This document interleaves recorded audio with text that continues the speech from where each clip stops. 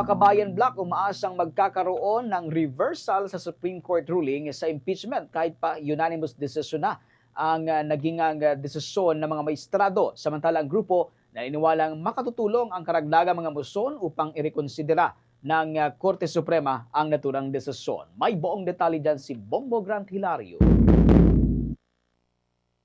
Patuloy na umaasa ang Makabayan Bloc na diringgin ng kataas-taasang hukuman ang kanilang inihaing motion hinggil sa impeachment laban kay Vice President Sara Duterte. Kahit pa unanimous decision o nagkakaisang boto ang kinalabasan sa botohan ng maestrado, umaasa pa rin ang naturang grupo na magkakaroon ng reversal sa kanilang desisyon. Naniniwala ang grupong Makabayan na posible itong mangyari at tuluyang baliktarin ng Korte Suprema ang inilabas nitong deklarasyon. Sa kanilang inihaing joint motion for reconsideration at motion to intervene, layo nitong maiparekonsidera sa kataas-taasang hukuman ang idineklarang articles of impeachment bilang unconstitutional. Kaya't inihayag ni former ACT Teachers Party List Representative Franz Castro na umaasa silang diringgin ito ng Korte Suprema.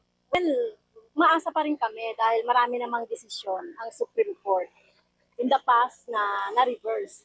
Hindi pwede itong i-archive, hindi pwede itong itago, no? Kailangan talagang sagutin ni Sara Duterte itong impeachment. Kaya ang masasabi natin diyan, sana ang mga senador, no, itong 19 na mga senador ay mag-isip-isip pa kayo dahil baka ang sumingil na sa inyo ay ang taong bayan. Habang ganito rin ang nais mangyari ng kasamang naghain ng motion na si Kabataan Party List Representative Renico. Git niya'y dapat mapag-aralang muli ang naging desisyon ng Korte Suprema hinggil sa impeachment at maging ang Senado ay kanyang hinimok rin na balikan ito ang ginawang pag-archive sa impeachment kontra sa ikalawang Pangulo. Kailangan i-rethink ang naging Supreme Court decision.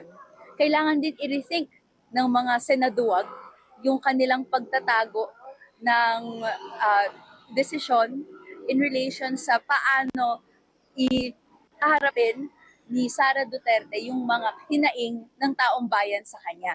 Kaya po nananaw kami, no, sa lahat ng mga kinauukulan, lahat ng mga involved sa impeachment process. Pag-isipan natin yung ating ginagawa. Pag-isipan natin kung totoo bang tayo ay mga ahente ng pananagutan at ng hustisya o may tinatago ba na mga interes na pansarili? Kailangan yun isantabi. Bagamat may mga naunang naghain na ng kaparehong motion, naniniwala ang naturang grupo na ito'y makatutulong upang mapansin ito ng Korte Suprema. Anilay, ipinapakita lamang raw nito na mayroong hinaing ang publiko ang issue. Mula dito sa kataas-taasang hukuman, ito si Bombo Grant Hilario and this is Bombo Radio Philippines, the #1 and most trusted source of news and information. Basta Radio, Bombo! For the most trusted source of news and information, visit our website at www.bomboradio.com. Follow us on Bombo Radio mobile app, Facebook, YouTube, TikTok, and X, formerly Twitter. Like, share, and stay connected. Anytime, anywhere.